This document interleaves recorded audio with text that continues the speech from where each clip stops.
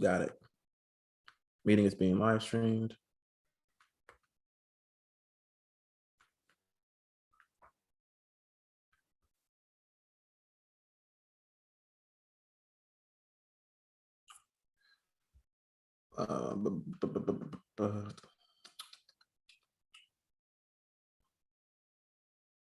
The live stream on the YouTube will be a little bit delayed to the Zoom conversation. But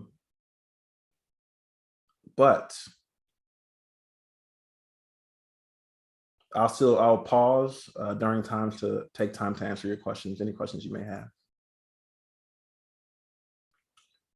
So what we're going to do is we're going to exit out of here.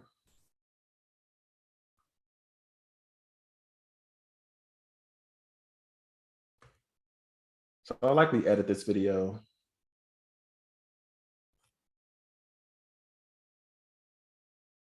It's the DonnellWrites YouTube channel. So it's the second link under my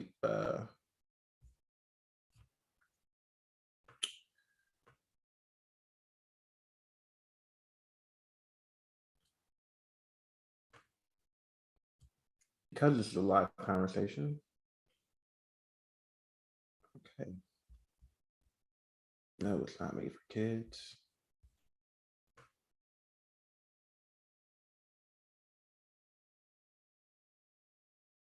Save. Oh, shoot.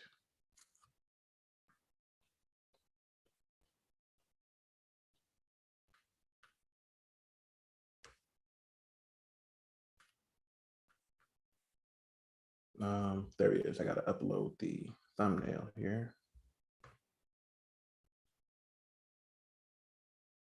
Come on into the YouTube, man. Everything's fine. I'm just getting everything set up for the conversation. It starts officially at 12. God by Reza Asman. Reza is actually a treasurer, if I'm not mistaken, at my seminary. So I've met him. He's very nice, and I love his work.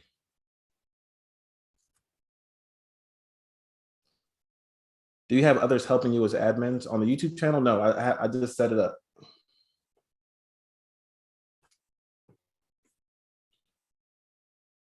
Is that done? There we go. All righty.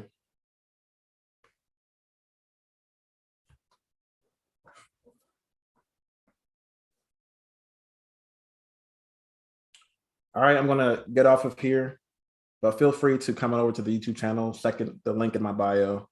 Looking forward to the conversation.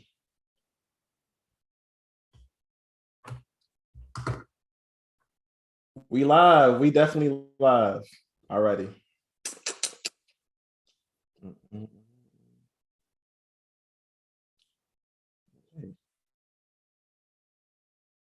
We're live. Without further ado, I'm going to bring Kendra into the conversation. Kendra Allen was raised in Dallas, Texas. She writes Make Love in My Car, a music column for Southwest Review. Some of her work can be found in or on the Paris Review, High Times, the Rumpus, and more. She is the author of poetry collection, The Collection Plate, an essay collection, When You Learn the Alphabet, which won the 2018 Iowa Prize for Literary Nonfiction. Fruit Punch, a memoir, is out now.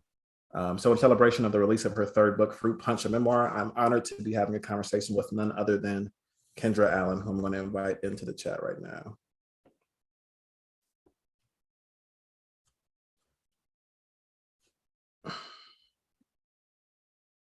Can you hear me? I can hear you. Okay, I can see you. Can you see me? Oh my gosh, so good to see you. How are you? We come a long way, didn't we? Yeah, you stressed. You seem stressed. I'm a little stressed. I'll be all right though. You know, it's not often that you're in the presence of greatness, so I appreciate it. Same. I feel the same. I want you to know I'm very honored. So before we start, I have to say that your books found me at the perfect time as I was navigating like my beliefs around religion and spirituality. So learning more and more, I've been learning more and more that transparency as like brave. And I feel like I didn't realize that growing up because it was not celebrated. It wasn't celebrated, especially as a man, to, you know, to be open and to be vulnerable to all these different things. So I know that your work is one of bravery. And so I just want to say thank you for writing it. And thank you for daring to tell your story. I appreciate it. Thank you. And I still struggle with that. People be saying I'm brave. I'm like, look, I'm the scariest person on the planet. Please. But thank you. I understand what you said. Thank you. So, like, how do you navigate that when do these writings, it feels scary to write as you're writing them? Not as I'm writing it, I wouldn't say. But after I write it and somebody say something like that, I'm like, was that my intention? Or like, was that what I was trying to do? Or did it just like spill out of me? And I think I'm like somewhere in the middle. Like I'm trying to be like way more intentional. But at first it's just like, that's just what's coming out. Yeah. And then like I revise and tweak it and I can kind of like see the intention within like that revision. But I don't set out to be like, hey, I'm finna tell all my business that I never told nobody, including my therapist. It just be coming out like that. Yeah. So like, what are the biggest challenges that you face with being as transparent as you are? Like, it's so layered. There's a lot of like people involved, family, loved ones, institutions that reared you for better or for worse. Like, how do you, what are the biggest challenges that you face with that? I think if I'm being like completely honest, I think it's coming to terms with the fact that I might, like my closest relationships might change or like might be fractured, and like coming to terms with that's what I wanted.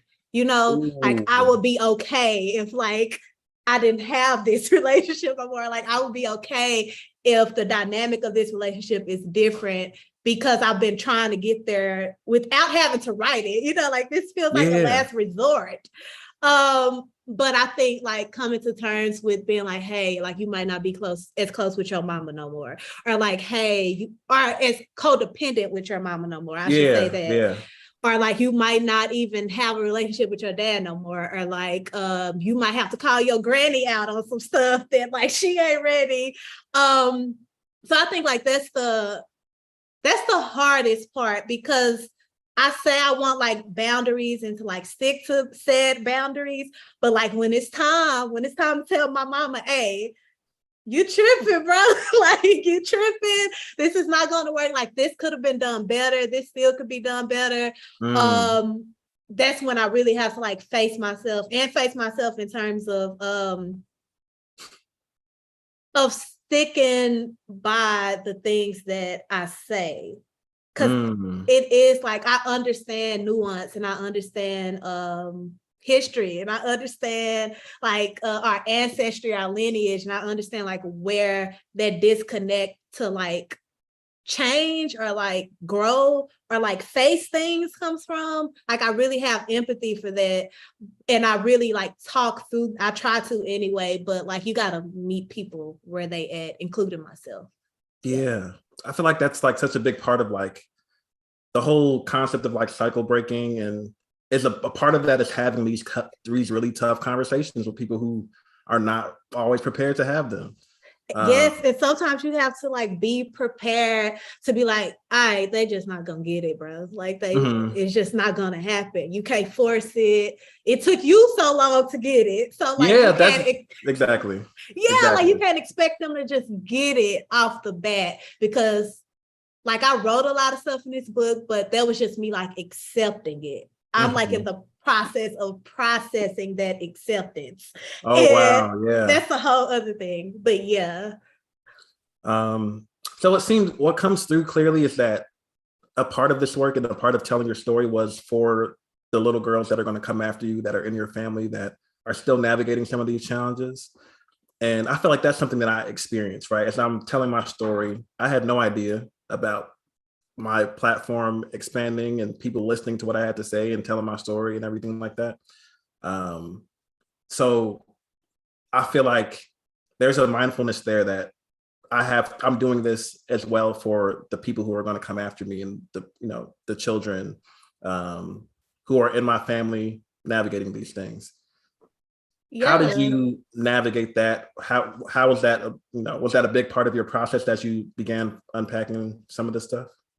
Yeah, it was, the biggest part was me telling myself, like, Kendra, you don't be honest all the way, or like, Kendra, you tell half truths, because like the real truth is shameful, and like the real truth is like devastating, and like you feel embarrassed by it, and you feel even though like this is a childhood memoir, right? Like all this stuff is in childhood. Nothing goes really past age 17, which it wasn't my responsibility to feel that responsible, if you get what I'm saying.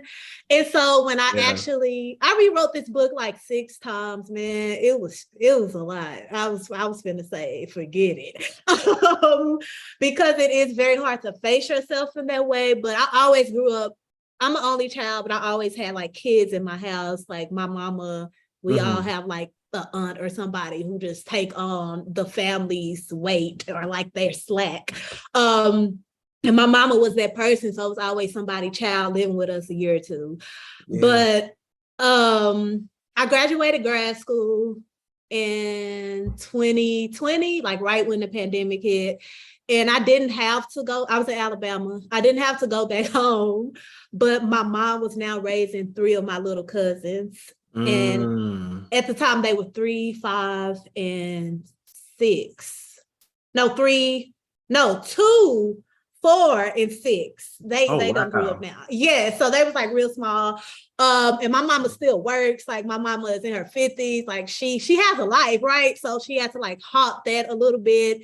I was like, I'll go home, help her. Ain't nobody else gonna help her, right? Doing my daughterly duties, which I think are my daughterly duties, right? Yeah. Because only daughters really got to think about this stuff.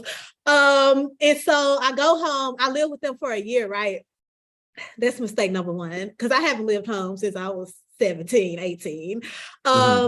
And if I'm rambling, tell me to shut up. No, you're fine. You're fine. Okay. And so I go back home, and like, I love these kids. Like, I love them so much.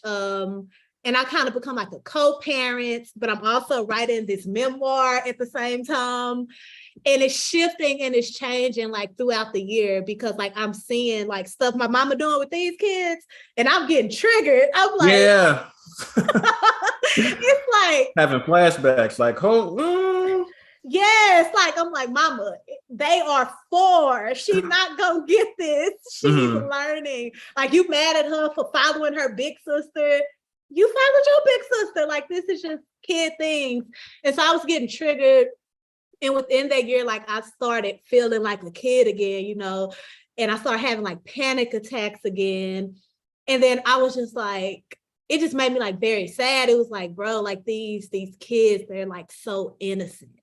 And like, they're so like perfect. You know what I mean? Like, they're perfect because they are children. Like, you don't put like this weight that you haven't dealt with from your childhood on them. Like, wow. I had to check myself. Like, I start screaming at them for doing something. Like, Kendra, like, literally. I'm glad that you're not the only one that talked to yourself, because I literally be having to tell myself, like, bro, just relax. Like, you're overthinking it. Or like, I catch myself exhibiting behaviors from family members and from toxic family members. Yes. And I catch myself in the moment and be like, no, just, hey, calm down. Yes. Like, everything's fine. I caught myself like apologizing to them a lot too. During that year, like, I would just sometimes snap because like I'm stressed. I'm getting mad at my mama because she's triggering me. She be tripping over little stuff. I'm grown now. Like, I'm trying to help you. Like, it's kind of that flip. And I catch myself like apologizing to a 3-year-old a lot. I'm like, I'm sorry. Like, I shouldn't scream at you. Or like, I'm sorry. Yeah, and it kind of felt weird the first couple of times. Is it like the shame? Do you feel like shame in those moments of like, oh, I just really, did this thing. This is so unlike what I'm trying to be? Oh, yes, because I don't really have goals to become a parent at all. And so, yeah, I felt like a lot of shame, like when I would do that, because I know they look at me like they watch everything I do, like what I wear, what I say, how my hair is, like I grew like really, really close to the youngest one. Like she just sat at my side while I tried to write sometimes. She would do things like pull my shirt down if my stomach is out, or she'd be like, Kendra,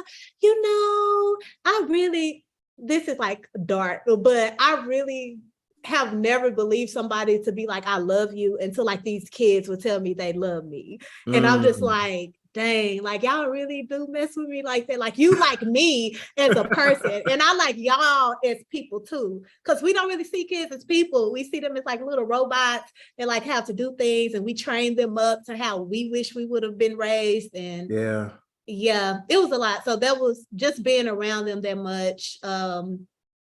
Like really helped me tell the truth. That way, when they read this book, they know like I didn't bullshit them. Like I didn't try to sugarcoat things, or I didn't like, I have like this inclination to be like overly accountable, if that's a thing. Yeah. So just being around them was really, I don't want to say healing, because I'm kind of trying to figure out what that word means and if it's possible to heal. Completely. I'm not sure I believe in that. Like people's like, this is healing. I'm like, no, I'm still mad. I'm still hurt. Like, I don't know. Maybe, but, I don't know. When I think about healing, I think of like a wound. And so like, I feel like we'll always bear sometimes the scar of that wound. But there's a way for it to close it so it's not exposed to like bacteria, or, like, I feel like that's what healing is. I don't think it ever completely heals and goes away. It might, every time you look at it, you might feel triggered, or it might, remind you of that difficult experience. So yes, but what you can change is like how you interact with your other relationships with people. Like you don't have to let it bleed out onto them. Yeah. Because we all have our own stuff. Yeah, so it might not be a complete healing in the sense of like made whole, but in the terms of like, being able to manage it and recognizing it for what it is and all this stuff. Yes, for sure. So I read a blurb about this book that said it's a tale about how to survive and honor a complicated family. How do you feel about that? How does that land for you as you hear it? I appreciate that blurb. That's like very kind and nice. Donnell, I don't know. It's just like the word choice. I really do appreciate that, but I don't know if that's what the book is about. I'm still trying to like figure out. Like I know it's a coming of age story. I know it like deals with sexuality and like religion and trauma and like all the things. I don't know, like survival is the right word. I think that's like what haunts me, like survival, and complicated family. I'm not trying to mantle my family dynamics or like trying to, I think that's kind of what I struggle with anybody, even talking to my family about the book, because they're not really seeing what I'm trying to say. And then that makes me think, am I saying it the right way? Like, did I not say what I meant to say? Yeah, but I feel like that's a very nice blurb. I wouldn't say it's inaccurate, but I don't think like I'm in a space to like acknowledge the accuracy within it. If that makes sense. So I thought the honor part was what you're going to be caught up on. Is that a part of it? Because like, obviously like you're dealing with family, like these are people that you care about, and people that were directly contributing to your trauma and your traumatic experiences growing up. Yeah, that's an honor, because sometimes I can be like very blunt and like very harsh in my delivery, and I don't think like if I'm being honest, I'm trying to honor the family in that book at all. If anything, I'm trying to say like, y'all need help. Like that's really I need help too, but I'm trying to get it. Exactly. I'm trying to get it. Yeah, I'm not even aware that you need to get the help. And like, It's the lack of awareness. Yes, and that's what I mean by like last resort. Like I wrote this book as like a last resort because my next option, I'm finna clip. I'm finna lock. Like you ain't gonna be able to get in contact with me. Like it's that. And that's like it's weird, especially Black people. It's very weird to be like, hey, like, because they love to say, they're still your daddy, they're still your mama, they're still your granny. What? And it's like, all right, I'm still their daughter. I'm still their granddaughter. What are we gonna do? We gotta work together, like we gotta communicate. And I think I say this all the time, like our number one defense mechanism in life is like delusion. And even like I'm spilling my heart out, like I could be crying, I could be screaming, I could be talking very calmly, I could be, just chilling, I could be talking to a child. And it's like, it's the reality of the situation is just, it's not clicking. And I was thinking about this yesterday. I was listening music, of course, Yeah. I was listening. I was gonna get into that. Yes, I'm just gonna throw this out before. Go ahead. I was listening to Black, and Black is like one of my favorite artists. He's like one of my favorite writers, if that makes sense. It's just his words be like emotionally connecting with me because they so simple. Like he's not trying, how Frank Ocean is like very poetic and like very beautiful, and Black will say something similar, but he'll say it in a way how I would say it. So I was listening to the song called Disconnect, but I always listen to this song for the second verse specifically. And he has this line, well, the whole I'm just going to say the second verse, it's very short.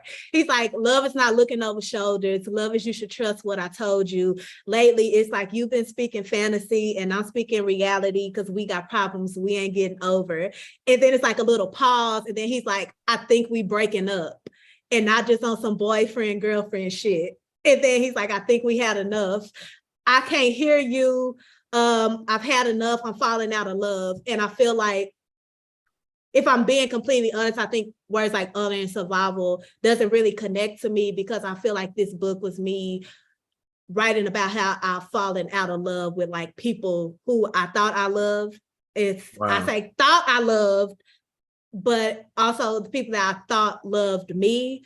And I'm kind of like rearranging my definition of what that means because I never felt that love. Like I said, I didn't really believe it or like feel it or see it until like a little 3-year-old be like, Kendra, I love you. And said it, and like it came from a pure place, an authentic place. Like And so I just want to say that verse because like, I would say that the blurb for me would just be like, this is a coming of age story about falling out of love with like the people you thought you loved. Wow. Yeah, that's real. So I want to move into the Black church. We got to talk about it. It's a central theme in your work. Like I said, the book that you wrote before Fruit Punch, the collection plate, I feel like it prepared me to like receive Fruit Punch because like I read collection plate and it was difficult because of me navigating my religious trauma. And so like I'm carrying this book with me everywhere and people are like, you still reading this book? And it's like, it's not a long book. Like it's a short book and I've been carrying with me everywhere.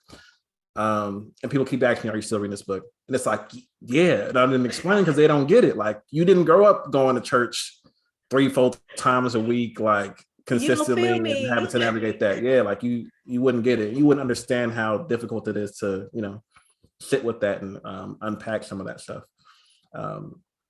So the Black church, you said you grew up going to church every other day for 16 years of your life. Can you talk about that experience a bit? I'm only smiling because I was in Dallas like recently and I was like doing this interview and this man, he was like, can you take me by the church? And I was like, I haven't been to this church in like over a decade, bro, but I took him by there. It was a Sunday too. Wasn't nobody there and they had like, it was weird. It was just a weird experience. But we kind of like entered church and like religion. my mama grew up in the church as well, but like her mama would just send the kids to church because she worked all the time. So on Sunday, she'd like go to church, and then if they come home, she's like, what was church about? And she makes sure that they went, but really they just like heard the scripture that the pastor said at the beginning of the sermon, and they'll leave out the back and be like, all right, this is what church is about. So she like grew up there, then she stopped going. She went to the army, she did all these things. She met my daddy in the army, and they came back home. And what sort of made her re-enter the church was heartbreak, which I think is like very, very important, like romantic heartbreak. So like her and my daddy going through stuff, and they break up, he moves back to Houston, it's me and her, and like she sort of entered church in a way to like heal her heartbreak a little bit. But she kind of like got into a relationship with God. But she had a relationship with God, but she entered, I say it's romantic love there, which is like weird to talk about. But no, that's real. Yeah. I'm in love with Jesus and he's in love with me. That's a song that I heard growing up. Yes. And I only say that because I feel like I've also, like my connection with my mama is very blurred that way too. Like it's like child mother, but it's also like husband, wife. Like I'm the husband sometimes, or like I'm the, like it's just blurred. So I only could see that because I saw it in our own relationship, like that dependency. And so yeah, we go to the church. I think I'm a kid, I don't even remember, but like I literally grow up in the church, do everything in the church. My great uncle is the pastor. Mm-hmm. And I just saw, first, ain't nobody really like me and my mom in that church because they had their own little thing before we got there, right? Like, so we get in the church, my mama outgoing, I'm outgoing, I want to try everything. My mama sings, she want to be in the choir, but like she could sing, so like they want her to lead things, and like people who have led, they don't like that. So you know, all the little dynamics. But I think almost immediately when I got like a consciousness to where like these people, something's off, like, you know, like on Get Out when like. So what happened like immediately? Like how early on would you say? I would say when they started making me, when it felt like school a little bit, like I had to memorize things, or like I had to know certain scriptures, and then if I didn't, I would be shamed for it. I think that's when I like really started to like connect the dots that like, what is this? Like, it's rooted in love, right? Because I have had good things come out of the church. But I think like the main, when I think about it and when I remember it, like the good, like music, I love music. I love gospel music. I was like weirdly, look at me oversharing. I was recently like smoking and listening to Fred Hammond, and like I was like, what is going on? Like, listen, I do this. That's one of my rituals on Sunday, and one of the ways that I process since leaving the church is having that time and listening to. I don't listen to only gospel music. I listen to like hip hop and some soul and like whatever like speaks to me on that particular Sunday. But that's one of the things that has helped me to like in my own kind of journey post church, I guess.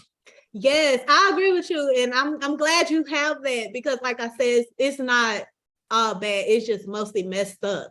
Like it's like it's effed up, and I think like being a little girl in it and then like growing into a teenage girl in it, I saw like, I don't really know, but I know that I'm never going back. That's just the only thing I know. Yeah. Like something happened there that it just like triggered in my head that like I would die here if I stay, because I don't see people leave. Like I don't, like they get stuck in these like roles, and like it distracts them. It's a distraction, number one. It's a place of belonging. Like we all want to feel like we belong, but like that belonging, the cost is too much. Like it's so much, and it takes like senses of like your dignity, your integrity, your compassion, your empathy, and it kind of like skews you and turns you into like this very thing that you say this God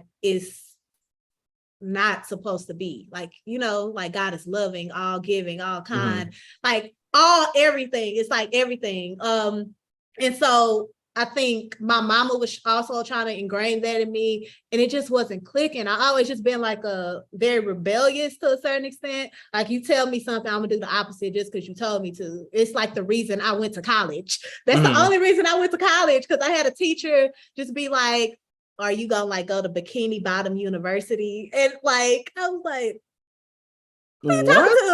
Yes. Like, and I wasn't even in his class, but he didn't like that. He went out his way.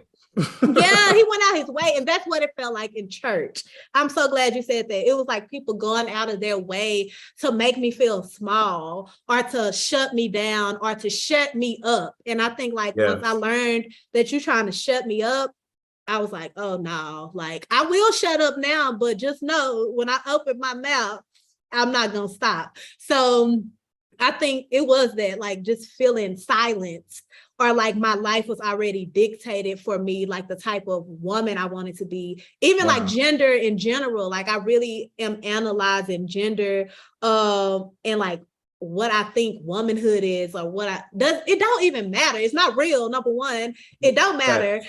And so, yeah, I just came out with more questions than answers, and none of my questions were being answered.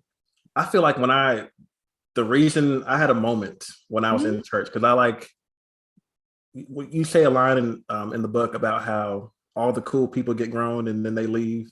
And I like felt that so much, because like I was so committed to the church, like, and so like tied into it.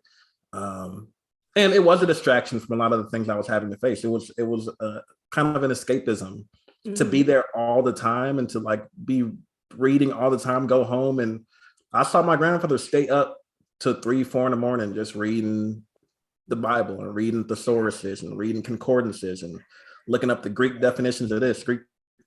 And so like, I saw that consistently.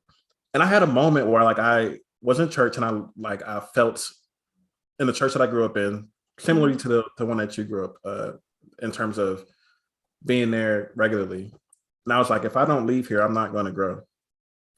I felt it like it was like a transrational experience. I can't even explain it, but I knew hit you in the stomach all at once that if I don't leave here, I'm not going to grow. Yes. I'm going to be stuck. I'm going to be stuck in these same thinking patterns, stuck doing this same drums and singing in the choir, and stuck doing all these different things. Yes.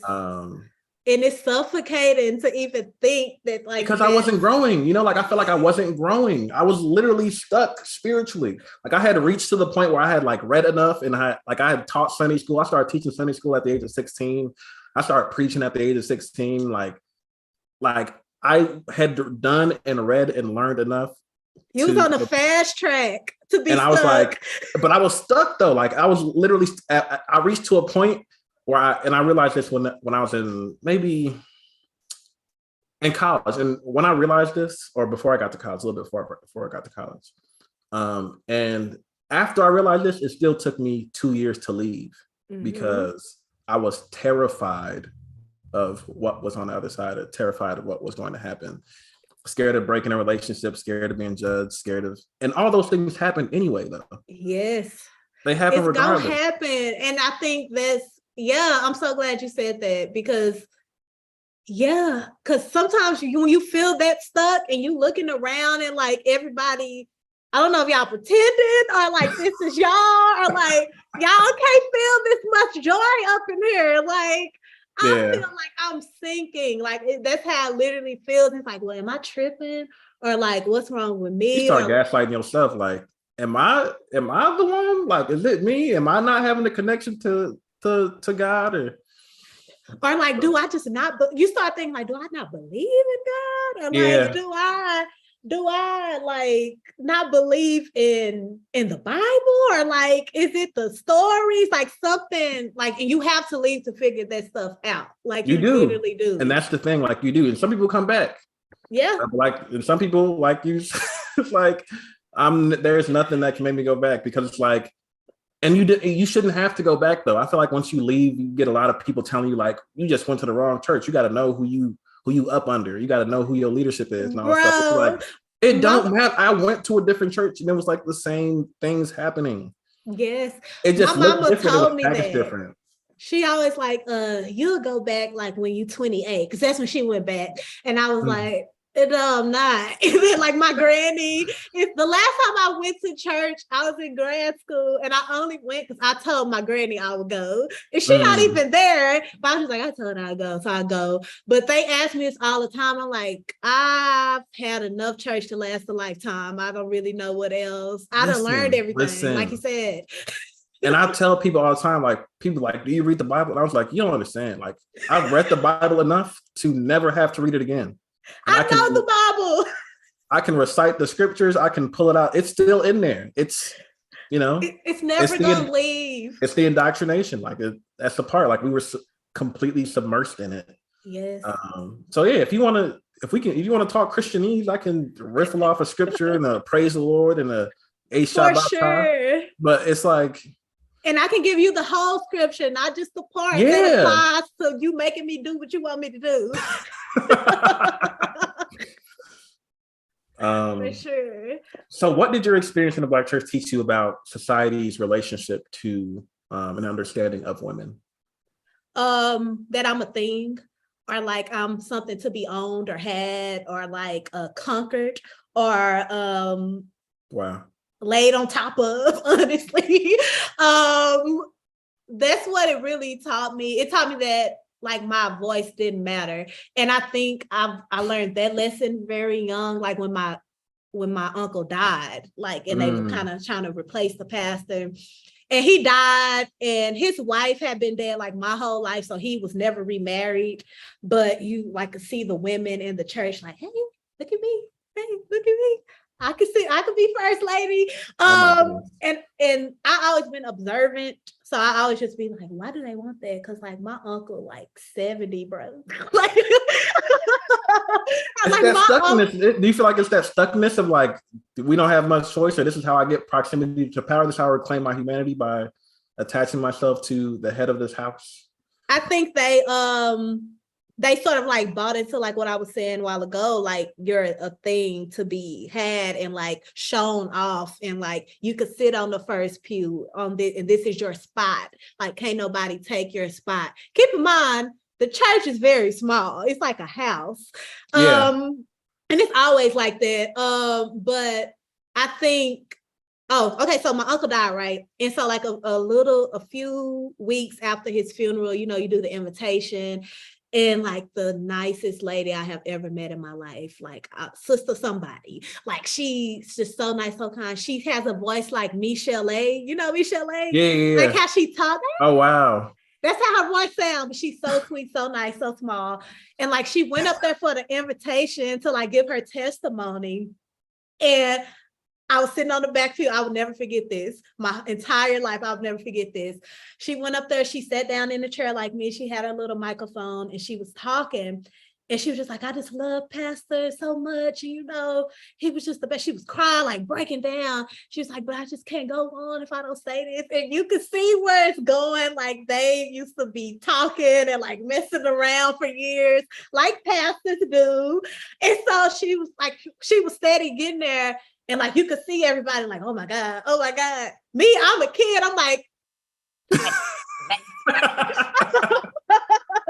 but you know, she's not the only one. And so like, I promise you, it was like a movie. Like she had the mic, and you know, like on movies, like when, like it's like a computer setting and like they shut the computers down, they unplug things. It's like real fast, like a montage.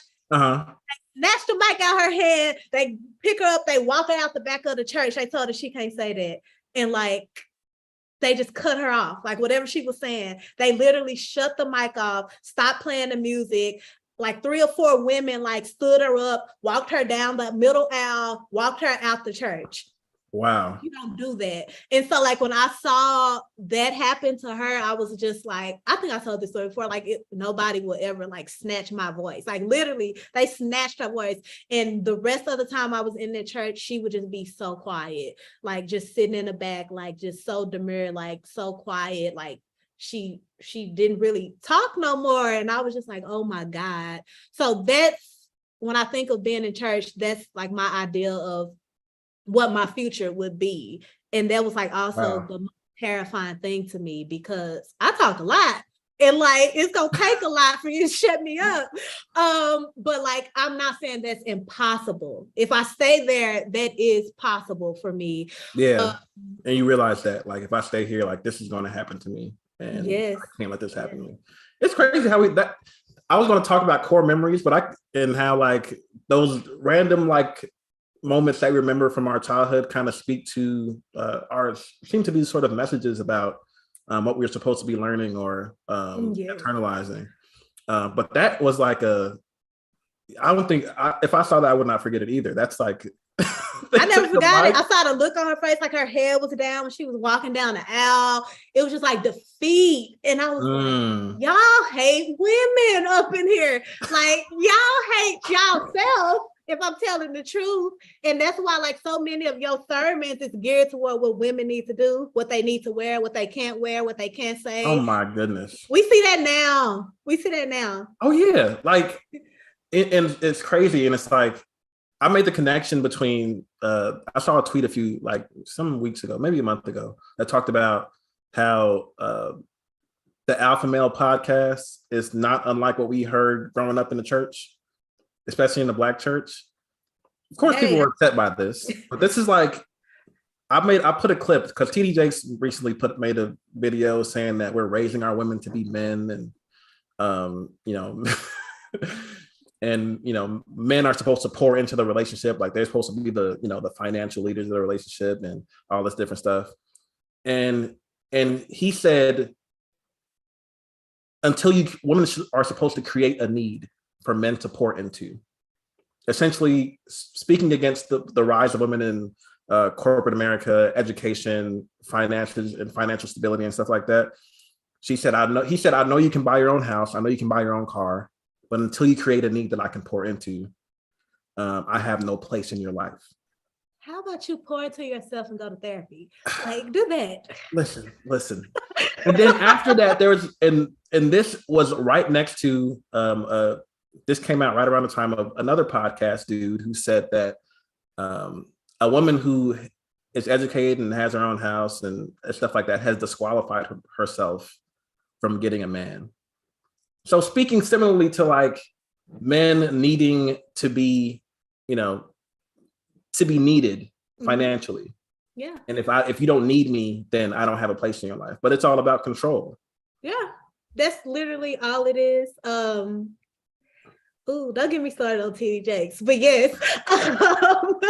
Women now are loose. Yes, it's wild because it's like, it's kind of devious when you think about it, because you have this huge following, you have people who latch on to everything you say in the name of God, in the name of Jesus, and you use it irresponsibly because, and I think that's what I'm trying to get at in this book too, you use it irresponsibly because you don't want to take the time to face yourself and do the work on yourself. Like, what insecurity in you that makes you think a woman's purpose is to like need you or like serve you or to create that need? What? That don't even make sense. Like you want to be God, and that's another reason of why I had to leave the church, because like these niggas think that they are Jesus. Like they really feel like that, and like they hide it and disguise it by shaming women because that's the easiest route, because we've already been like that everywhere else. So it's easy to do it in church when you like give us this book and tell us this is what it is. Or it's easy to do it when like you threaten marriage or like children or like things like that. Like, you'll never have it. Like, men love to say that. And it's like, okay, cool. But yeah, like creating that need and like playing God and I don't know, it's very abusive. Like, it's just an abusive environment. If I'm being, it's violent. Yes. You know what I'm saying? Like these ideologies, and like, I feel like when I went to seminary, because I went to seminary after I left Columbia, And I thought I was going to go in there and just be this progressive like pastor that's going to, have tough conversations and be affirming and all these different things. And the more that I matriculated, the more I learned about, the Bible and all these different ideologies.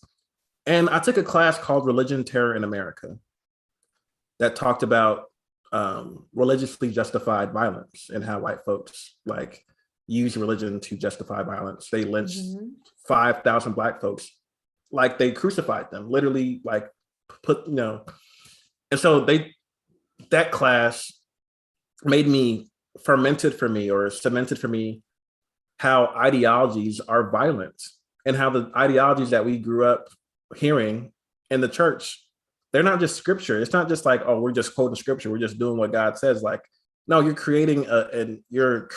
theologically rationalizing violence against women, and I feel like I didn't learn that until much later on. It's like you looking back like, dang, like we really believe this. You be in therapy, you having these conversations like, dang, people really said this. I was hearing this on a routine, constant basis. And it's hard to unlearn. Yeah, it's difficult. What was it like for you in seminary? Like, I went in, here's the thing, like you talk in Inquiring or in the book about how you've always had a problem with authority. Yeah. And that means you got a problem with the Bible, and that means you got a problem with you're the problem. Yeah. I feel like we all have moments growing up in church, even if you are completely sold out like I was. I had moments where I I tilt my head sideways, like, what? That don't feel right. But then you just go along with it. It's easy to like cut that off and just go along with it. But I feel like I held on to those questions and I tried to make sense of it, and it just wasn't making sense. Yeah. And so I had gone to seminary like kind of open to learning hard things. I knew I was going to learn hard things that would go against everything that I had been brought up learning. And from the very first class, I took a class called Hebrew Bible, and they talked about the Bible, how it was written. I grew up my whole life thinking Moses wrote the first 5 books of the Bible. That was what you taught in the Black church. Typically, a lot of us are taught that in the Black church. And that was one of the first things that they corrected for me, was that we actually don't know exactly who wrote the first 5 books of the Bible. And it's a compilation of different voices mixed and merged into one text. And when that first thread get pulled and everything else come through, you just keep pulling the thread. Before you know it, the whole fabric is unraveled. That's what happened. And people was warning me about this. They was like, if you go to seminary, they said seminary is like a cemetery. Like your faith gonna die when you go to seminary. And that's why people were so staunchly opposed to going to seminary. I'm gonna write that down. Yeah. They says, if you go to seminary, your faith is going to die. People warned me about this. And it speaks to this culture of like anti-intellectualism in the church that keeps people from thinking critically about what they're learning and what they're internalizing. Yeah. And so I went open. And when I learned that, like I just started asking all the questions. I'm in seminary, I'm raising my hand. Hey, what about this? What about this? Just asking all the questions. Then I learned everything. I don't know why I learned this, but it speaks to the education system, right? Like there's a lot of things that I didn't realize were just contra. I thought this is the way that the world is. It's like, no, like people had ideas and they created the realities that we now know as our norms. And that unraveled everything for me in a good way. Because it allowed me to like think critically about what I was internalizing, what I was believing, what I was accepting every day. And then I met people who had stories, and my seminary was very open. My seminary was open and affirming. It was interreligious. So like we had people come in from the Buddhist tradition, from the Muslim tradition, African traditional religions, indigenous, like we had people from those communities lead chapels every week.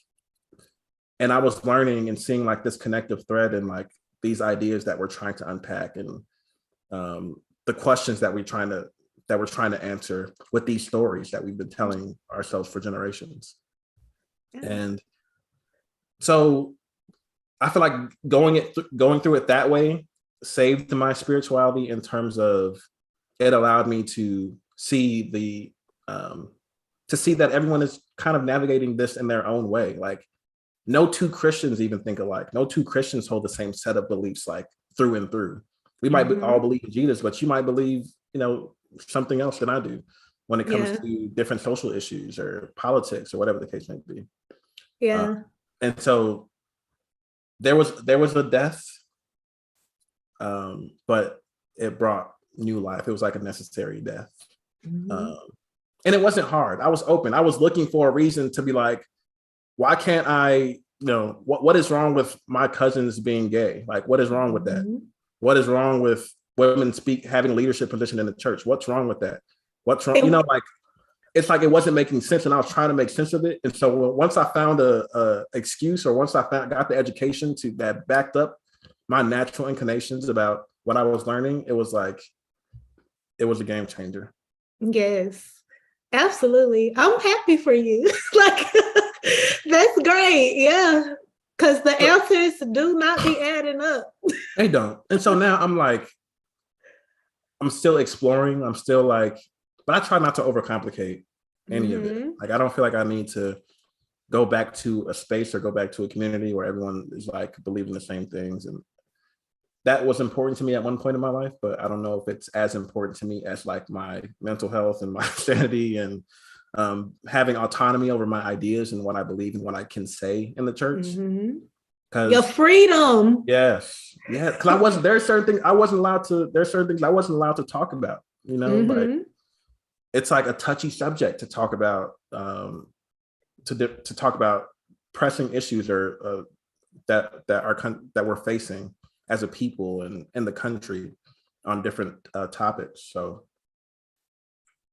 I don't know. It was a good experience, and I'm still exploring, and I'm still figuring out what it looks like for me. Yeah. But I realize that it's about me and it's personal, and I don't have to include or get anybody to co-sign what I'm believing or what I'm experiencing. So yeah. So can we talk about therapy? Yes, please. I feel like I felt so much your experience with talking about the difficulty of unpacking your trauma and all the things that you're with a complete stranger, and the awkwardness of that. I feel like you just captured that so well. And I was like, and the moments of that damn, that really happened to me moments, where you say out loud this thing that it's a truth that you've known your whole life, but for some reason you saying it out loud, it hit different, or it makes you realize damn, this was really fucked up. Yes. Can you talk about? I've been holding on to it. Can you talk a little bit about that and what that experience has been like for you? Yeah. And if you are the first in your family, or are you, is that a therapy a thing that is discussed in your family? Yeah, it's not discussed in my family, but I'm not the first. Like I said, both of my parents were in the Persian Gulf War, and they both were diagnosed PTSD. So they've been in and out of therapy my whole life, anger management therapy, group therapy, individual therapy. So they have been in and out of it.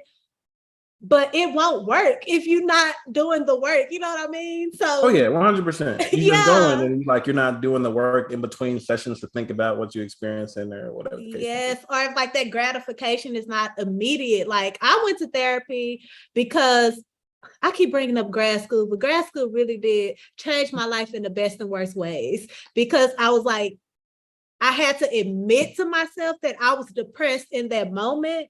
But then I also had to admit to myself that you've been dealing with depression since you were a little girl, bro. 6, 7 years old, you've been dealing with this stuff. And so it was that. So I went to therapy because I thought I just didn't want to be in grad school. I didn't want to go to grad school. And I just remember those 3 years just laying on the futon, just literally just laying on the futon with my dog and just getting high. And I don't know what I was trying to numb. So I went to therapy, and originally the first 3 or 4 months, it's like, what are we doing? Like, it's like dating, and I don't want to date you. What is this get to know you phase? It's just not working. And my first book had came out during that time, like a couple months later. And when that book came out, like my relationship with my dad kind of stopped completely. Like it was on again, off again my whole life, but it kind of stopped completely. So of course I'm like, oh, I'm depressed about that, but I'm really not. Like I knew that was gonna happen. So I get into therapy. What are you dealing with? I get into therapy, and like I think I'm going to therapy because I don't feel nothing. Like I don't feel close to nobody. I don't feel connected to nobody. I don't care if I never see anybody ever again. Like I'm fine with being by myself, with being alone. And so I go to therapy for that. And like the first session, I'm talking about some childhood abuse. And he's like, something I never told anybody. Like it just comes out. And he was like, okay, I think we might need to talk about this. So, you start writing down this little notebook. You start. Yes. And I'm like, okay, I guess we're doing it. And so like week after week, like it would just be the same subject. It would just be the same subject. And like other things, like with my family will come out, and like he's giving me language, and like he's giving me names for the things. He's like, oh, that's like emotional neglect. Like you always been an adult. Or like that's physical abuse. Like your mama shouldn't have been doing it. Or like, that's sexual abuse. Or like, that's molestation. Like just all these words that I know of. Dang. That I know of intimately, because like I wrote in this book, my whole life, women, Black women specifically, have just like told me their whole traumas. And I'm just like, why do they keep telling me this? Like I could be on the, especially in Chicago, I could be on the red line in Chicago, and a random stranger would sit next to me. We would start talking, and I know your whole history. You just come out. Yes. And I'm like, why do people keep telling me this stuff? Like, I can't help you. I don't know. You just got an inviting spirit where people just want to tell you things. I guess so. But I'm thinking like it started with my mama. Like my mama told me her sexual abuse story when I was very, very young. And so I go to therapy. I'm in therapy 1.5 years, and it's literally just him trying to convince me that I was sexually abused as a child. Because every week I'm like, no, that ain't that. Like in my head, it's like you learn about rape very early. And so everything, like that's it. Like, but everything else is like, oh, that don't count. Like that don't matter. Like it's not it. It's not that. Yeah. Yes. And I think that's just something Black kids in general like really struggle with, like these extreme measures of like good or bad. Like the gray area is never really discussed, or like the gray area where like the actual root of the issue is, it's hard to dig into that and to like pinpoint the root, because it's like, oh, it's not this, so it's that. It don't matter.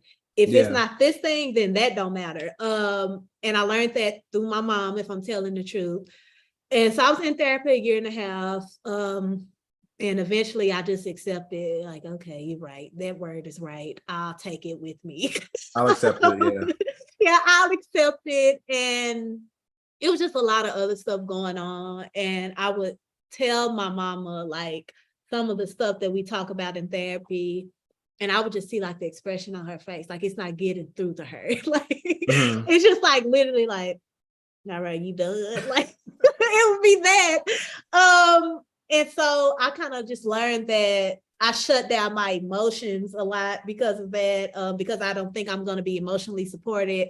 I'm not going to be emotionally seen or heard. So I was like, I don't have emotions, which is why I originally went to therapy, because it was just like, I just be looking at people when they just be saying stuff.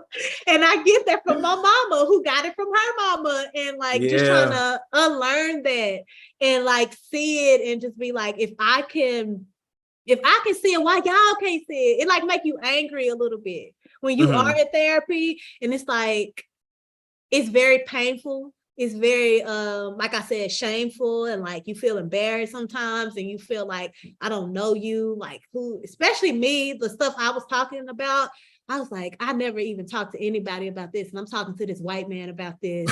And it's with, not only is he a man, but he a white man. And like, I got to explain stuff, certain things, you know. Explain the layers. Yeah. Yes. Or just even the language of like how me and my family talk. He's like, what's that?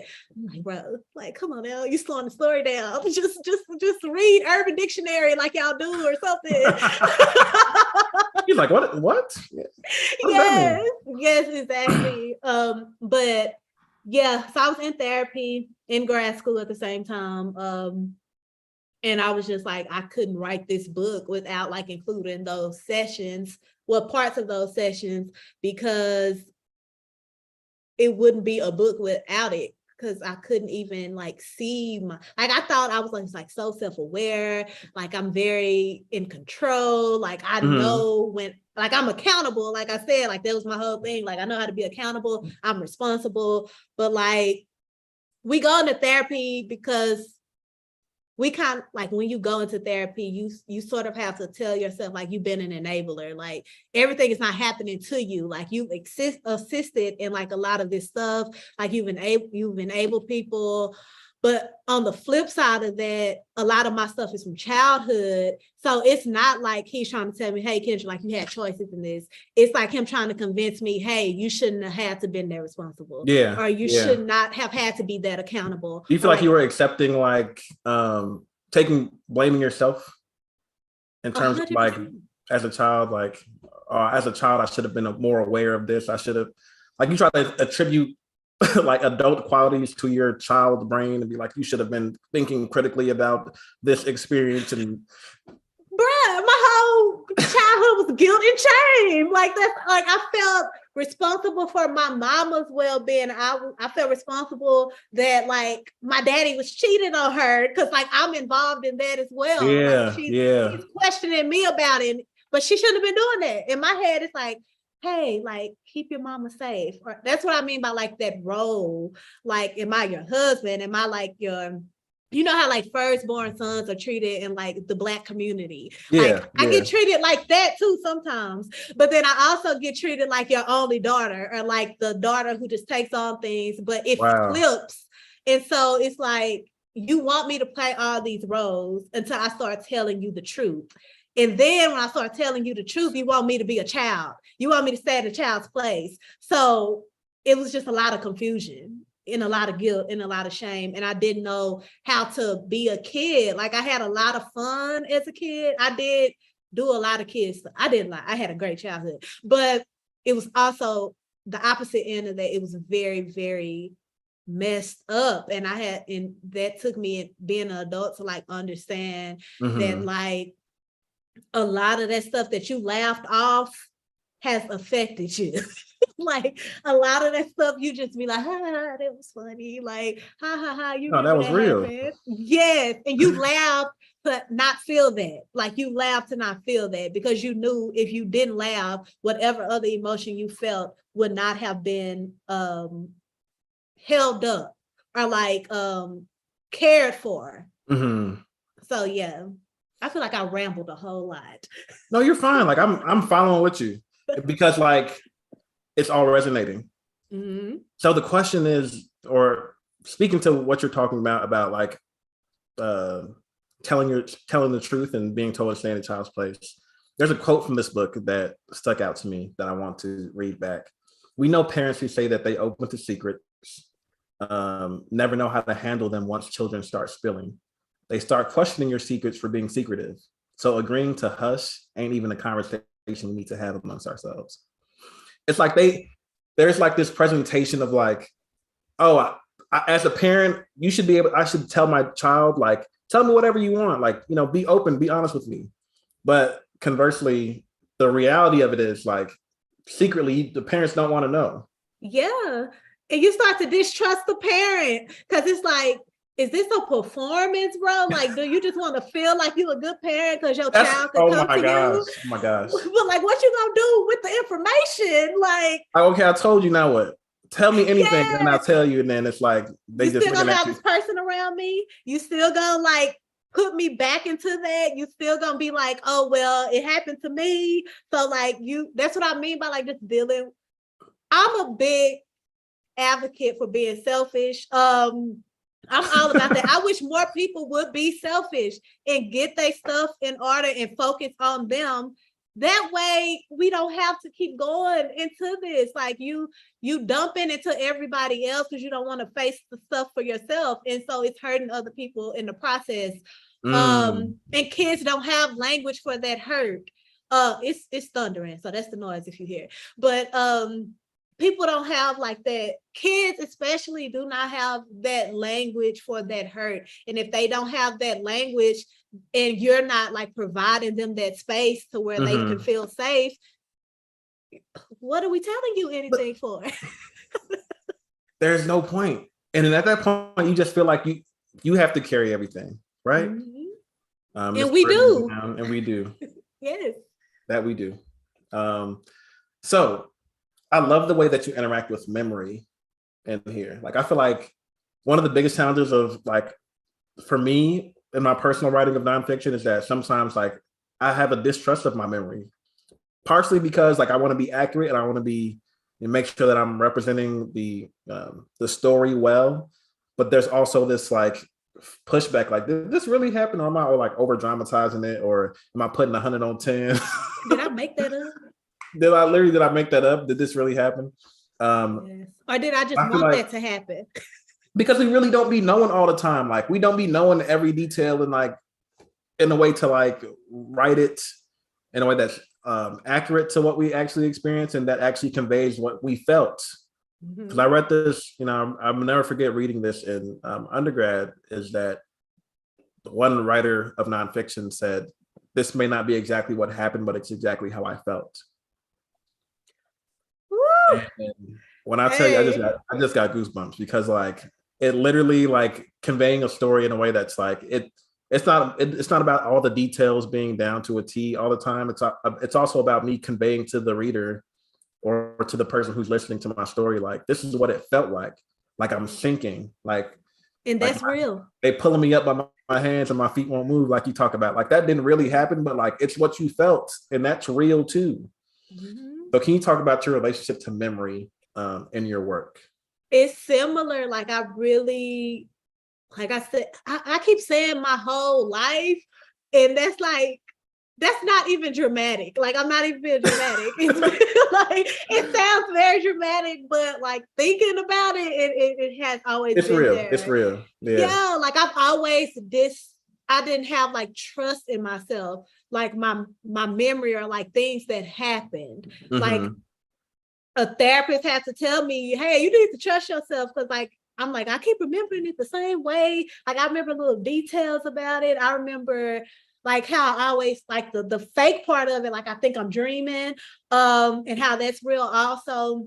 I think I got a line like towards the end of the book where, like, trigger warning, like I'm in the car with like my cousin who abused me as a kid, and I'm with my dad, and my dad is like going in on me about something because he be tripping, and like I'm shutting down, like I'm not speaking because I'm in the car with these two men. And in my head, it's like, oh, he trying to impress my cousin because he know what he did to me. And so he trying to impress him by like putting me on display. Like, why is he doing this? So like in my head, I'm thinking that's what's happening. That's not really what's happening. Like, I probably actually did do something. But in my head, it's like, I feel like I'm being set up. I feel paranoid. And my memory has always been like that. It's like a very paranoid feeling of like, somebody is trying to set me up. And so like whatever actuality is not happening, that is happening, I'm exiting the reality of it, and I'm shutting down, and I'm going into like that made up space, which is also weird. And I think like that distrust in myself is where I go into like that made up space of like, y'all are plotting against me, or like I'm not safe. So you give leeway to that, like in those moments.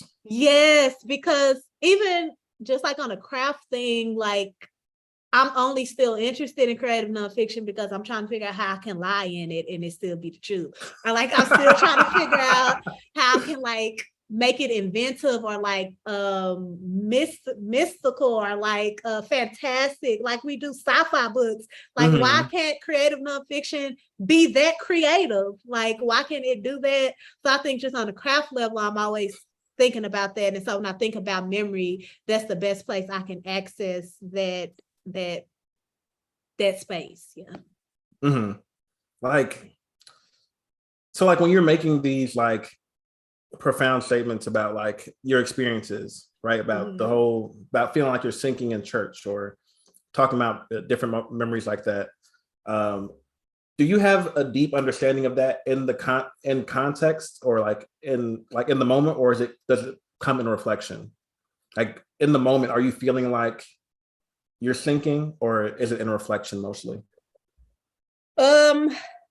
In church, yes, it's in the moment. It's in the moment. Like I can feel like drained, like I could just feel the life draining out of me. Wow. Also, because like we in there like 8 hours, bro. I'm hungry. I'm probably just gonna pass out. No, I'm honestly finna pass out. So that's probably where the weakness comes from. That's crazy. We were just talking about that. We were just talking about that. But like I read a passage of your book on from the TikTok. And people were in the comments talking about like, we was in there hungry as hell. And I would like literally fell out laughing because it's like, that's so true. Like we was really in there, you know. And they have food, but like we gotta wait.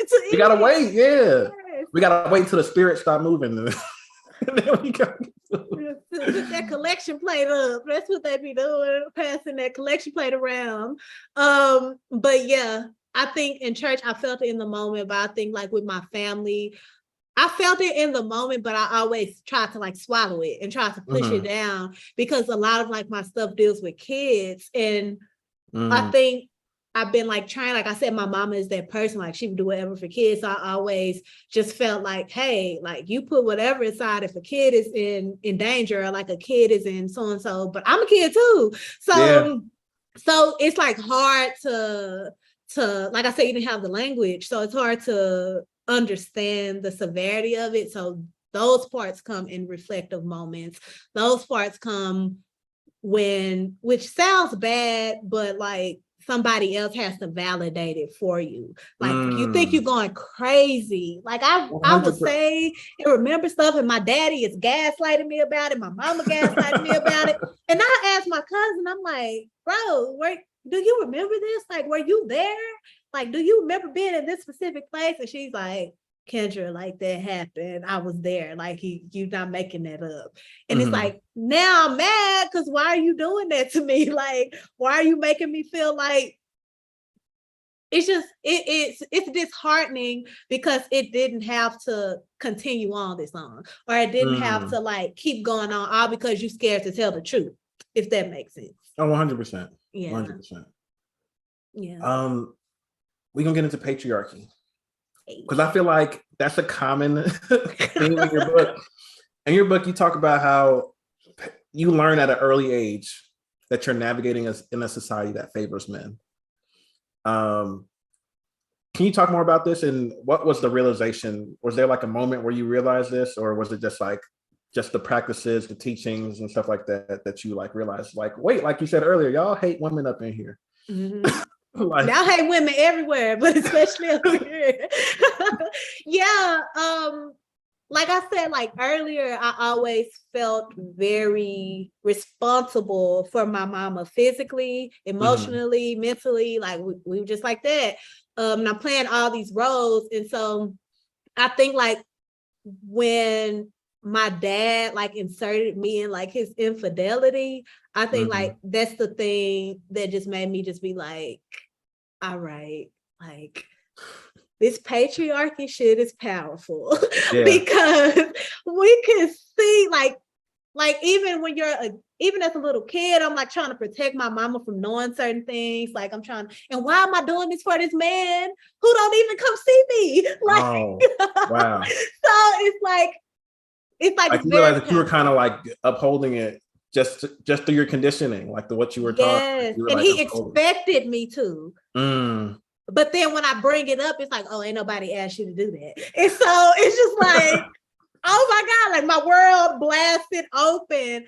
And I think from that point on, I like really struggle with like this. Of course, like we struggle with internalized misogyny because like you don't want to be hurt. So it's like, hey, I'm finna pull a you on you.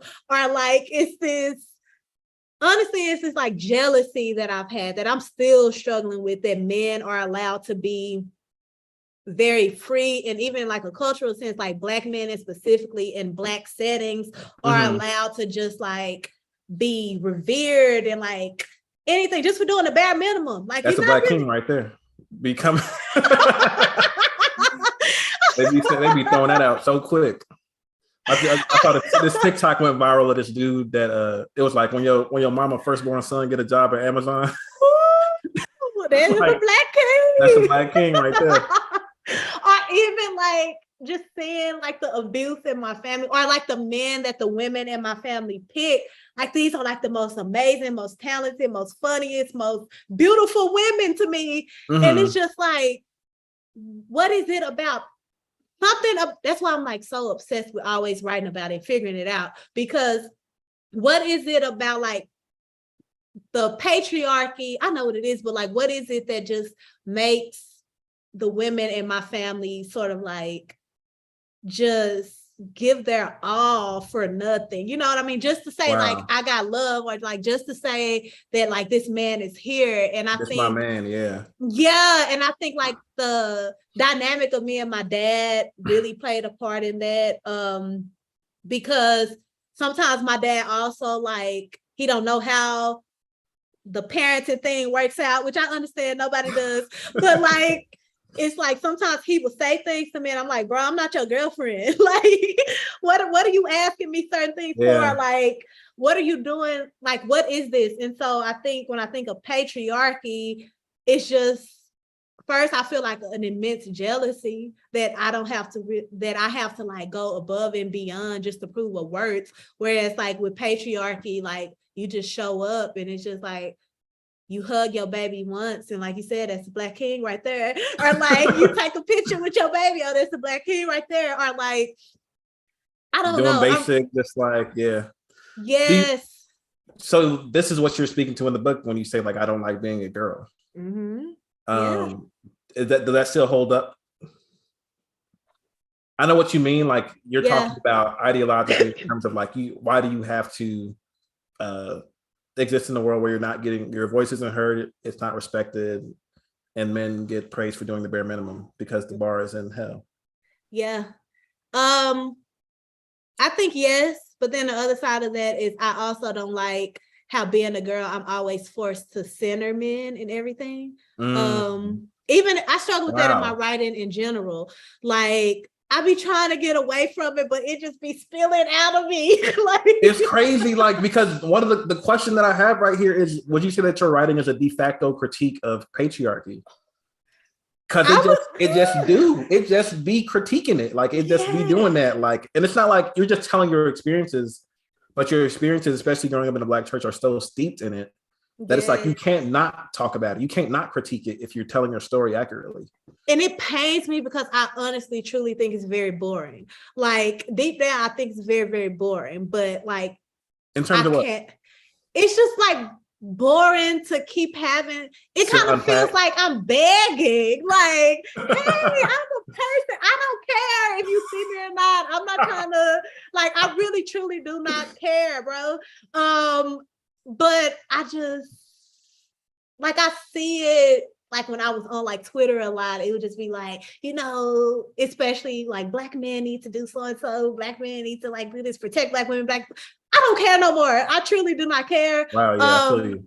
But it's just like when I'm writing, I think it's because I have like this deep insecurity of like, I don't even know what the insecurity is. It's somewhere in me where I feel like I cannot exist as my full self unless like I don't know. I don't even know what I'm trying to say. I got to figure that out. But I really, when I'm writing, and especially creative nonfiction, or like personal narrative, and I'm like, oh, I'm not gonna write about men today. Like I'm not gonna like center them because I truly don't care. But it's hard because it's so steeped and like ingrained and like bleeding into me because I don't know. It's just some trauma stuff, honestly. I got to deal with it. I don't know, Donnell. I don't have the answer to that question. Yeah. I get what you're saying about it being boring because for me, who is like doing work, I talk about patriarchy all the time, patriarchy and partnership, and in response to the whole alpha male stuff, because people be wanting me to react to this stuff. And you go in here and you just watch some of these videos that these grown men be pushing 40. And they single too, is the gag. Like they always be single. I've never heard of a alpha male podcast dude, bro, that got a wife or got a marriage or is in a relationship. A happy wife.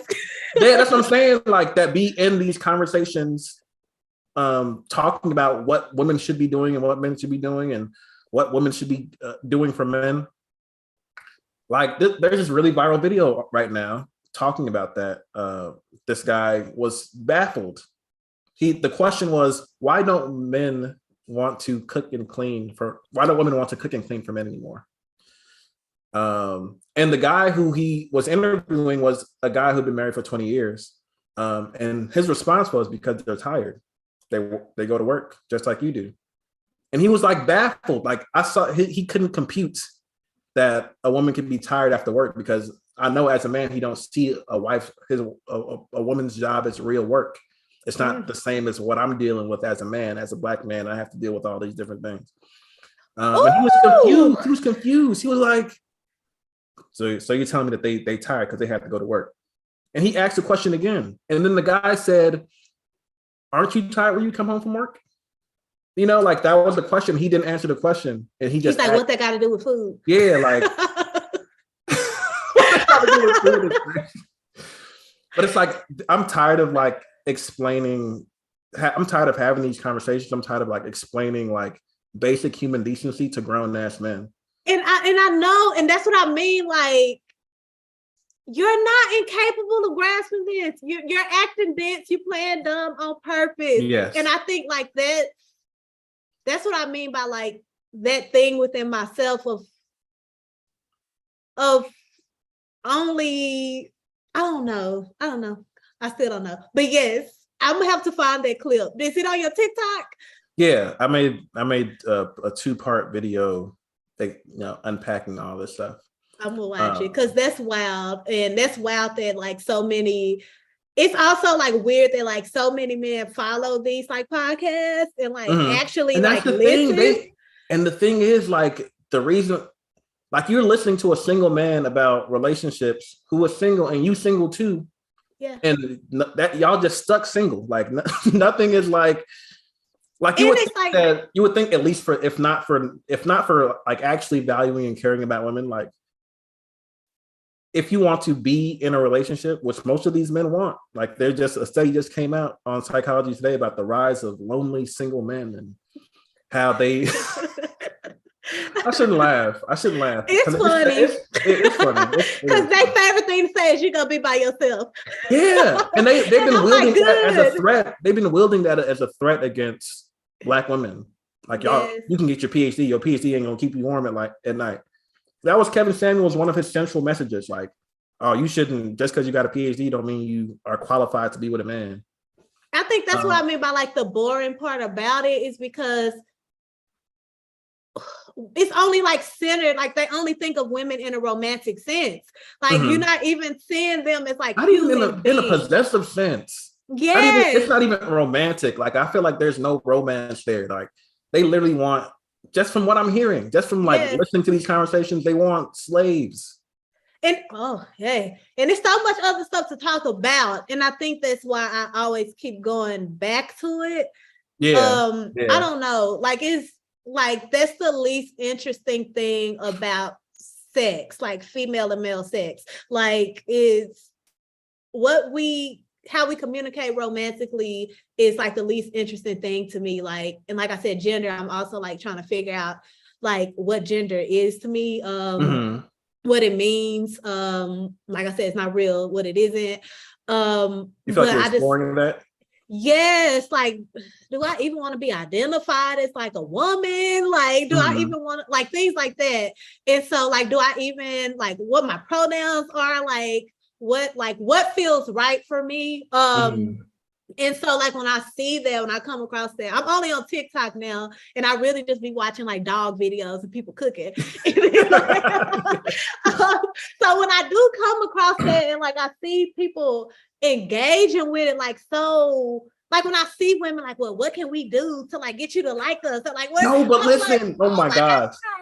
That's the hardest part for me, is like seeing when I critique patriarchy, seeing women come in my comments saying that I'm pandering, or saying that I'm being a simp, or saying that I didn't listen to what he was saying and he wasn't trying to say it's this. It's that internal, like patriarchy is so powerful. Like, you want men to want you and to like you, even if you don't. Yeah. Like, even if you don't, it's just like, well, I have to prove that I'm worthy, or like I have to prove. And I did that in like a creative sense a lot, like a competitive sense.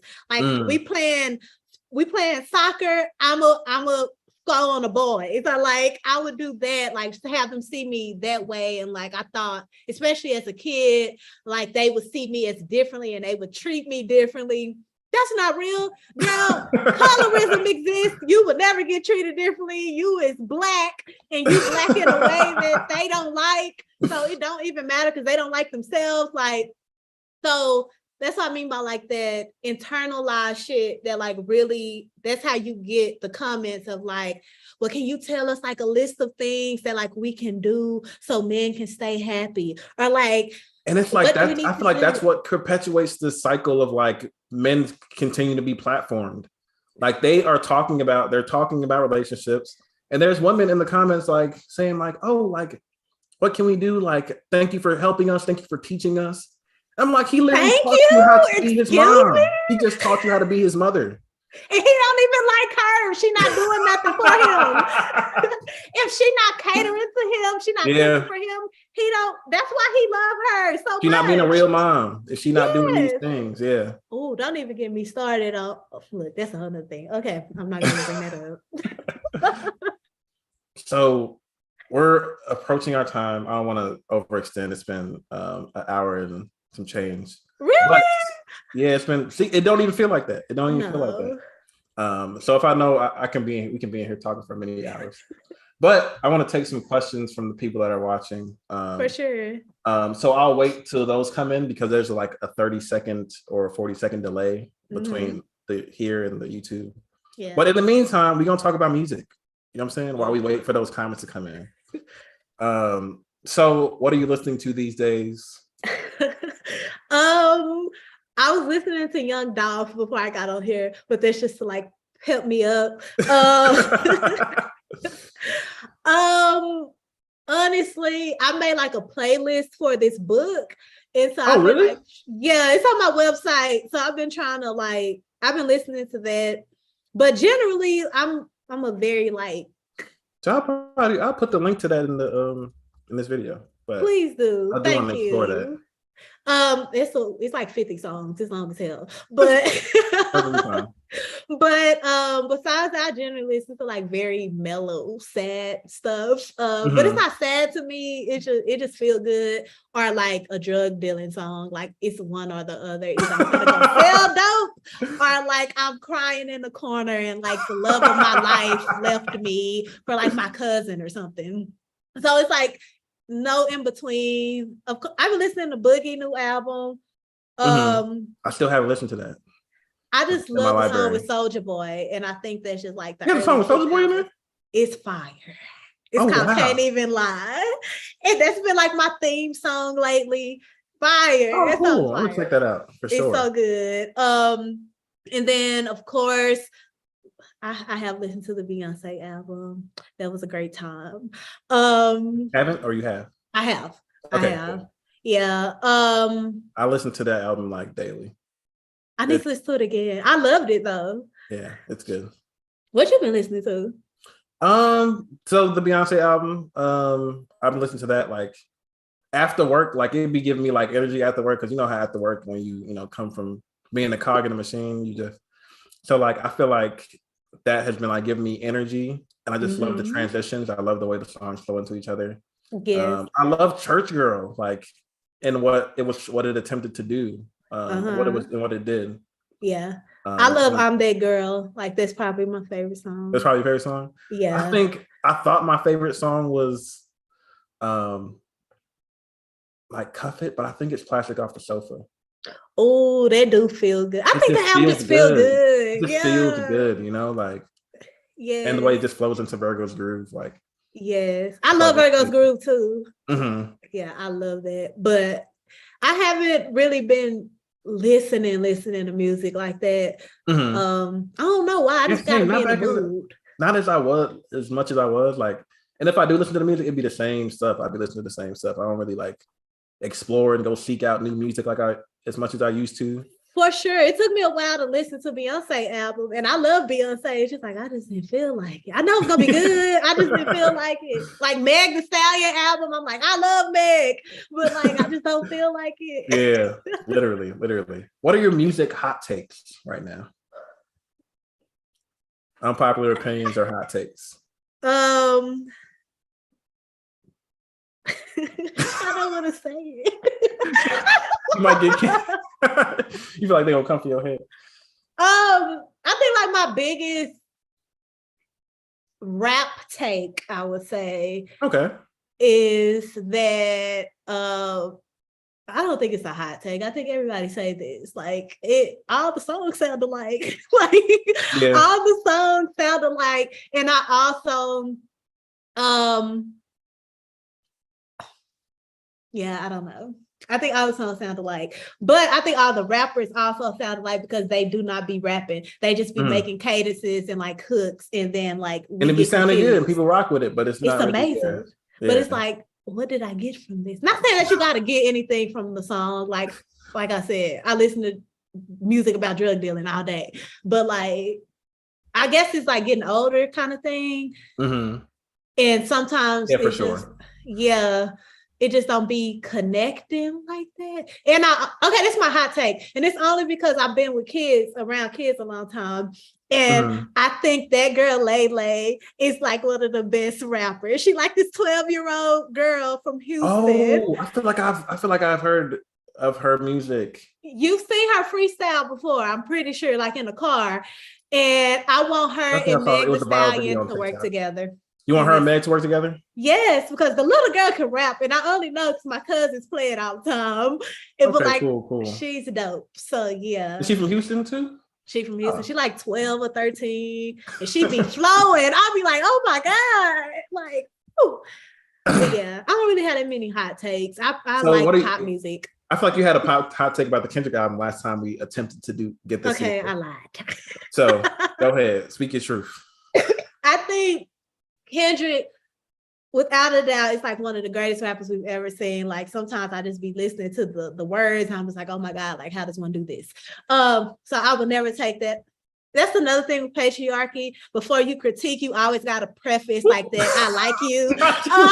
Wow. Because you can't handle me giving you a critique. 100%. Like, you got to sugarcoat it. Because if you don't, because I don't know how you're going to react. You're going to call me on my name. You're going to, like, that's weird. I got to stop doing that. So take off what I just said. Delete that. Say what you're going to say. Delete all that shit. What's that? I be so mad when people don't get when I reference that video, because I reference it often. It's the best. It's a hilarious video. But I think my hot take with Kendrick is, even though he's making songs like I am not your savior, I am not this, I think part of him has like reveled in like that admiration of himself, and he does play into it, and like some of the stuff, the rhetoric that he like gives out is very harmful, because you can tell that he just hasn't read enough. He just like see the tweets about it, or like he sees the hot takes about it. And he writes around that versus like actually delving into like the nuance of it. So like he thinks if he says like I'm not your savior, he can also like drop an F-bomb in a song, because like I told you, I'm not your savior. I'm learning. I'm a work in progress. That's a part of the patriarchy too. And I do think he's like a very kind of like undercover, like you hold up the black man. Like I said, like Hotep-ish, like he just gives me that. But man, that's real. Yeah, I love Mother, I'm Sober. I mean, he know how to rap. So it's like, it's hard to like critically, like you said, like in church. I also feel like he got that mindset too of like very steep into the church. And 100%. Like men do this and women do that. Cause I'm rambling now, because you making an album about cheating on your wife and like her forgiving you. And what really threw me off on the album is at the end when the wife told the daughter to tell the dad, thank you for breaking generational curses. Because oh, dang. Yeah, that's the thing that made me be like, all right, I don't want to listen to this no more. Like when I heard that, I was like, are you serious, bro? Like, what? Dang. Thank you for breaking what did you break? You didn't even say nothing. All you did is tell the truth about how you love white women. And we knew that. So you don't have to, like, I just don't like that, because that puts the onus on like the wife and the daughter to like honor him in a way where like he is a savior, and it contradicts. So I do have a hot take. That's my hot take. That album is craft-wise very, very impressive, but like content-wise, no. Yeah. I feel like this is this conversation about that album is like really like a prime example, like a case study of like how we deal with men and their ideas and thoughts, right? Like you just said. Yeah. Like I feel like in the Black church, people love TD Jakes because he might have said something that changed their life and impacted them in a moment. They just gonna love him forever for that. So no matter what he say after that, you gotta disqualify it and be like, well, he did say this thing that helped me out in my life. Yeah. But you have to preface it with that kind of and I feel like the same is true about this album. Like people will feel like you are wrong for critiquing Kendrick because he said a lot of good things, and he talked about transphobia and stuff like that. And it's like, yeah, he's doing that. Like at least he's trying. Other people aren't even trying. So he being honest about it. So what more do you want from him? Yeah.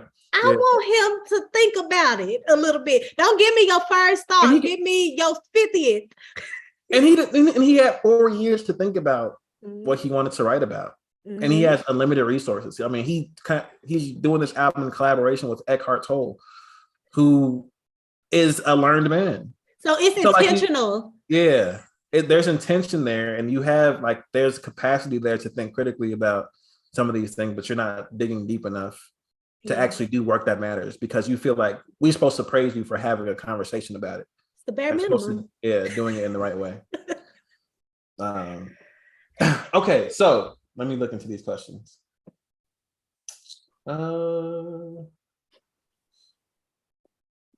Let's see. The question that I have here is, any new writings in the works? Like, what's next? Anything that we should be looking out for? I don't know if you should be looking out for it, but I have finished another poetry collection. I finished another poetry collection, and cool. Yeah. And it's called Yearn, Baby Yearn. And it's kind of like my little thoughts about like motherhood of, like I said, themes. My themes are going to be similar. I'll probably write about the same thing forever, but I'll make it interesting. I'll try. But it's about like me, my relationship with my mom, but also my relationship with writing, and how my relationship with writing has sort of like fractured my relationship with my parents, and what that means to me, and like how people make work their babies, and just things like that. So that's called Yearn, Baby Yearn. And then I'm trying to write a novel, but I don't know. So that's what I'm working on now. Fiction? Yes. Oh, dang. Yes. But you stepping out. I'm trying. Because I talk so much shit about people who write fiction. So now I have to face the consequences of that. What do you feel like is going to be like the challenge in that? Like, what's the biggest learning curve, I guess, for to take myself out of it, because I'm so used to writing about like myself and my life. And I've been working on it, and I'm like, oh, people don't have to be like so stressed out writing about themselves. Like, we could just make stuff up as we go. Like, I didn't know that was the thing. Like, I'd be stressed writing essays. Yeah. Like, it's just a lot. And then like I'm trying to write fiction, and I have to be like, Kendra, just make it up. Just literally make it up. You can create anything that you want. And like, that's like, I feel like I like the rules of fiction. I like that there's like some sort of like, you know, like it being open to me is like writing being open and being able to write whatever you want and create a world and create characters and a storyline. Like, for sure. It feels a lot.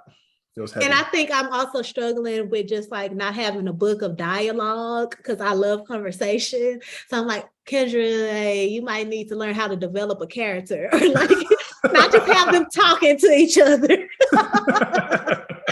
Like, we need to see the character. We need to see them do stuff, and we need I've been watching a lot of stuff to like help me with that. Okay, the next question is, do either of you have tips for how to build community and connection for people who have recently left the church? I'll let you. I was gonna say I'll let you go, because I need the answer too. So I guess for me, my answer to that question would be that I'm open now, so I'm not looking to recreate community in the same way that I had it. Mm-hmm. I'm not looking to to necessarily go to a place once a week or a few times a week and be in community with people and be doing stuff together. Like, I don't feel like that's necessary for me. For me, church looks like literally just having brunch with my friends, or church looks like, having a conversation with cousins or like church is like has taken on so many different forms for me now, because leaving the church allowed me to freed me to see people fully and to value people's presence more. It's hard to explain, because like I feel like when I was in church, like there were so many stipulations attached to people, and so like if they weren't dressing the right way or doing these different things or checking all the boxes, like then that is supposed to impact my relationship with them. But now like I feel like when I say leaving the church made me the most loving version of myself ever, I mean, like, it literally freed me to love people fully in their fullness without strings attached. Like I had strings attached my whole life. So those moments of connection where I'm like hanging out with people that have similar interests, or being in the presence of people that aren't trying to harm me, that care about my well-being, like that's church. That's sacred to me, and like I feel like I'm valuing it a lot more than I could have when I was in the church. No, I resonate with all of that. 100%. So I think my tip would be to just be open to seeing church or community in sacredness and in the spaces that you find them in, whatever those spaces are. Yes, I would agree with 100% with that. I will also just add, for me, it's that, but I've been feeling like voice memos via phone has like really helped me feel grounded in like my friendships and present in my friendships in a way where like, even if we don't have to be face to face, like I can hear your voice and like I can feel like the spirit of it. And also like that helps me train myself to know that like I'm not that special. Like my experiences are not singular. They're not that special. Like we all kind of like going through similar feelings. Like we all feel the weight. We all feel lost. We all feel like disconnected to a certain extent. And so like when I hear like the voices of people who I care about, that makes me feel closer to them. And it makes me feel like a love that is not that doesn't require me doing anything. Like you can tell me like some very dark stuff via a voice memo, and then I'll just be like, I heard you. Yeah.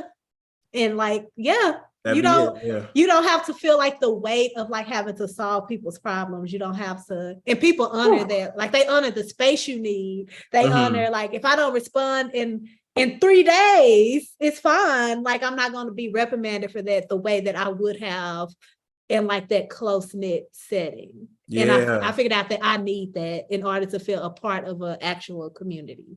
Yeah, like I literally have had to, I've given so much grace to myself in terms of how I relate and connect to other people. Like sometimes I need, like you said earlier, like sometimes selfishness is good. It's good to like be by yourself for a little bit and recharge. And like, it's because it baffles me to think that there was a time where we didn't have phone. Like I can't conceptualize a time without phones where you didn't have immediate access to people all the time.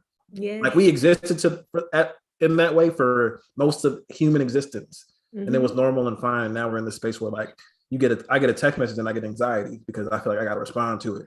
Yes. I got to respond to this social media. If I tweet and then respond to this text message, then I'm a bad. Every comment, I have to say thank you, thank you, thank you, thank you. It's just like, oh my God, like I'm drained. I need a week.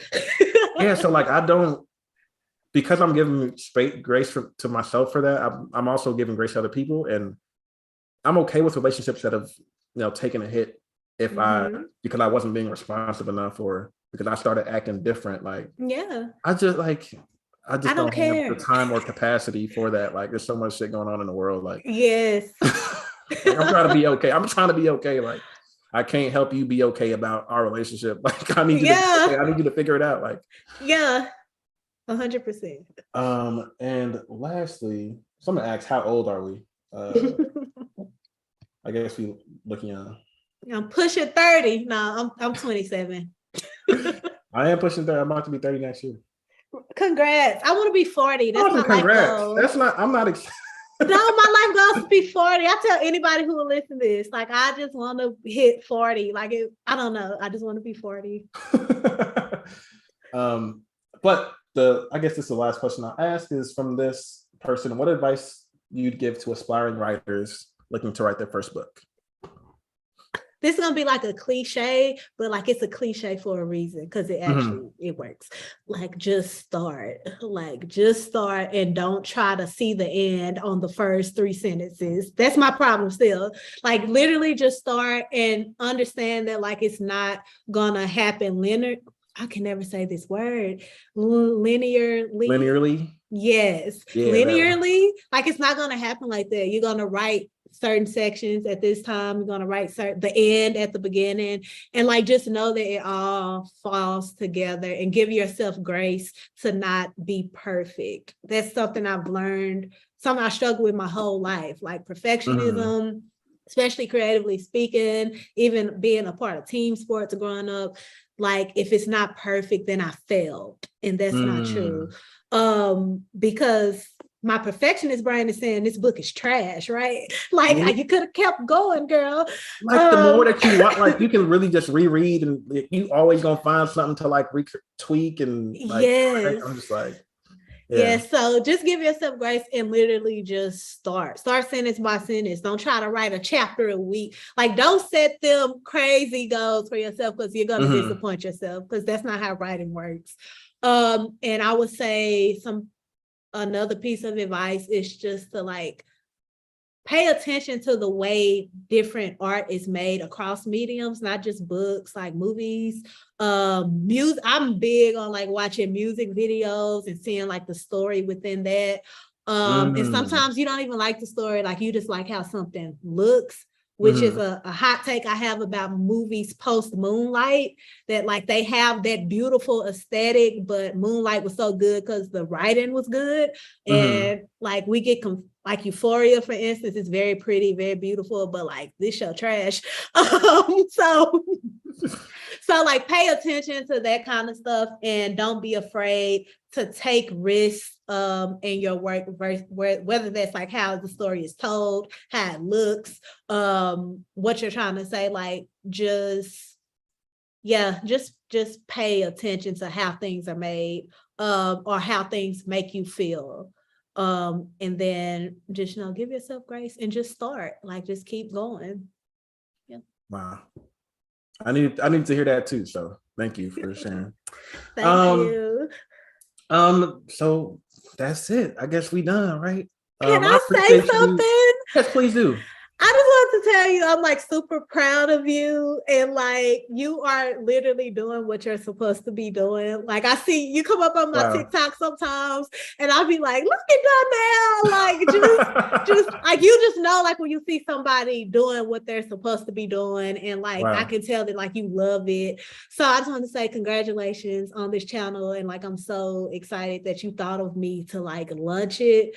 And yeah, I'm just like super proud of you. Yeah, thank you so much. That means a lot. Likewise, like, because for people who don't know, like, we went to Columbia together and graduated from the nonfiction department. Yes. And we both went different paths, but it's nice to be reconnected in this way, because like I've been reading your work as it's been coming out, and just being like, wow, like Kendra really out here. I went to Barnes and Noble and I saw the freaking collection plate.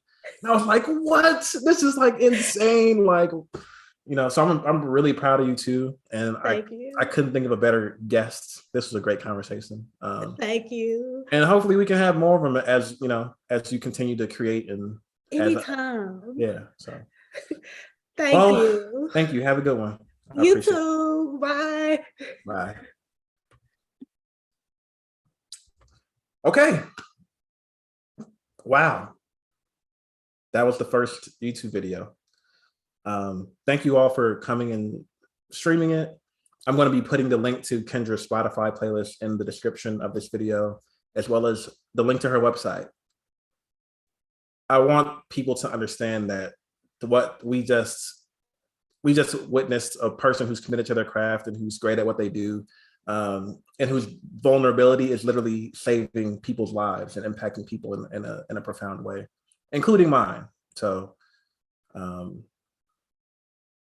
you all for coming out, and more videos to come. Leave in the comments what videos you would like to see next, what kind of conversations you would like to see next, who you would like to see me have on, and we'll just go from there. Love and light to you all. And as always, like and follow for more content. Subscribe, like the video so we can get more